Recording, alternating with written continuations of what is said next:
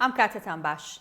دوو ڕۆژە هێرشەکانی سوپای ئیسرائیل بۆ سەر کەمپی ئاوەرەکان لە شاری جنینی کەرتی ڕۆژاوای فەڵەستین بەردەوامە و تاوەکو ئێستاش 10 کەس کوژران و زیاتر لە 100 کەسی دیکەش بریندار بوون. هێرشەکانی ئەمجارەی ئیسرائیل سەرەڕای درۆن و هێرش ئاسمانیەکان زیاتر لە 2000 سەرباز تێیدا بەشدارن. ئەمەش بە گەورەترین هێرشی ئیسرائیلدا دەدرێت لە ماوەی 20 ساڵی ڕابردوودا بۆ سەر کەرتی ڕۆژاوای فەڵەستین. لەبەری هێرشەکانەوە ئیسرائیل ڕایگەیان 10 ئامانجان لە نێو شاری جنیندا هەیە کە چەند چەکدارێکن و تا سەرجەمیان لە ناو نەبەن هێرشە سەربازیەکانیان کۆتای پێ ناهێنن. بەڵام کەمێک پێش ئێستا ڕادیۆی فەرمی ئیسرائیل بڵاوی کردەوە سەرکردە سەربازیەکان ئامادەکاری دەکەن بۆ کۆتایهێنان بە ئۆپراسیۆنی جنین ئەگەر هیچ پێشهاتێکی تازە ڕوو نەدات.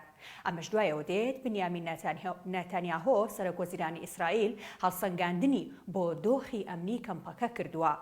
لەبەری هێرشەکان هێزەکانی سەرای قودس ڕایانگەیاند وەڵامی هێرشەکانی ئیسرائیلیان داوەتەوە و شەڕ بەردەوامە.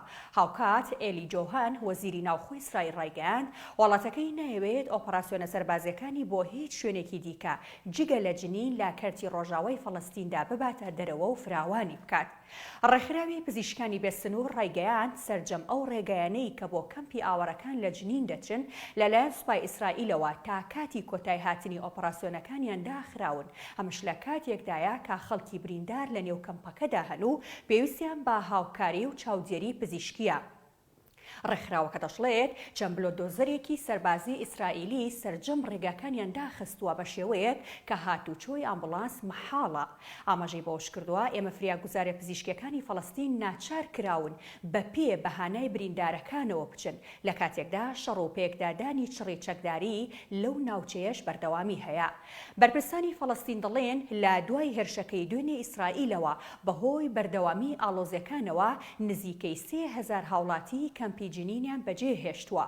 کەمال ئەلبۆ ئەلڕۆب جێگری پارێزگاری جنین بە ئاژانسی هەواڵی فرانس پرێسی گوتووە لە قوتابخانەکاندا پەناگەیەک بۆ ئاوەرەکان دروست دەکەن. کەمپی جنین نزیکەی 14000 ئاواری تێدایە. ئەمانە ئەو کەسانن کە لە ساڵی 1948ەوە لە کاتی دامەزراندنی دەوڵەتی ئیسرائیلدا ئاوارە بوون. هێرشەکانی ئیسرائیل بۆ سەر کەمپەکە کاردانەوەی بەشێکی وڵاتانی لێکەوتۆتەوە. حەکان فیدان وەزیری دەرەوەی تورکیا دەڵێت پێویستە هێرشەکانی ئیسرائیل بۆ سەر فەڵەستینیەکان بە پەلە ڕابگیرێن.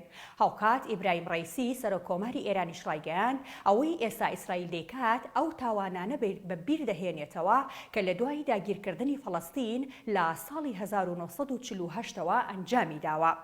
لە کاردانەوەی هێرشەکاندا وەزیری دەرەوەی ئوردن دەڵێت پێویستە دەست بەجێ هێرشەکانی ئیسرائیل بۆ سەر کەمپەکە ڕابگیرێن. ماوەی ساڵێکە جنین بۆتە مەیدانی ململانیەکانی نێوان ئیسرائیل و چەکدارە فەڵەستینیەکان. مانگی ڕابردووش بەهۆی هێرش و پێکدادانەکان 6 فەڵەستینی کوژران و 90 کەسی دیکەش بریندار بوون لەگەڵ برینداربوونی 7 سەربازی ئیسرائیلیدا. سەرەتای ئەم ساڵیش لە هێرشێکی سوپای ئیسرائیلدا بۆ سەرجنین 7 چەکدار و 2 هاوڵاتی مەدەنی کوژران. ڕۆژێک دواتر چەکدارێکی فەڵەستینی لە کۆمەڵگایەکی ئیسرائیلی هاوردەکان 7 کەسی وەکو تۆڵەکردنەوە کوشت و دواتر خۆیشی بەدەستڕێژی هێزەکان ئیسرائیل کوژرا. خواتان لەگەڵ.